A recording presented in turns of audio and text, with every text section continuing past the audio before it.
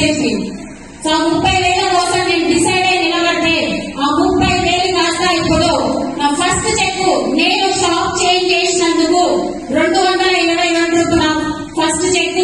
ఇప్పుడు నా highest check 1,72,435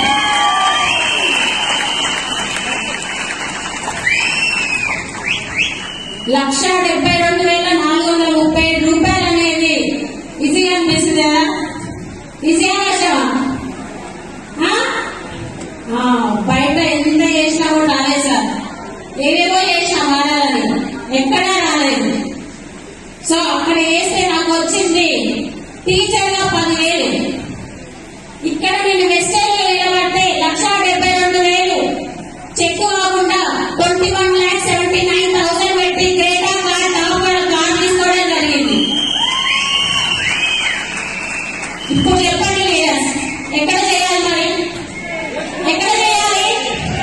ఎక్కడ చేయాలి? ఎస్, వెస్టేజ్ చాలా మంది జీవితాలను మారుస్తుంది.